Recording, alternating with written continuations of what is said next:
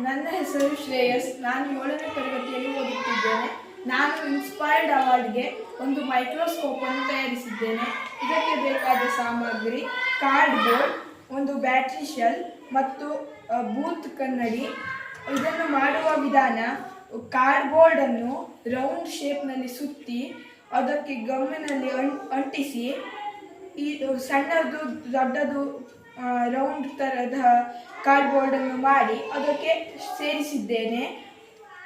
ಅಳವಡಿಸಿದ್ದೇನೆ ಮತ್ತು ಒಂದು ಬ್ಯಾಟ್ರಿ ಶೆಲ್ಲನ್ನು ತೆಗೆದುಕೊಂಡು ಗಮ್ ಟೇಪ್ನಿಂದ ಅದಕ್ಕೆ ಸುತ್ತಿದ್ದೇನೆ.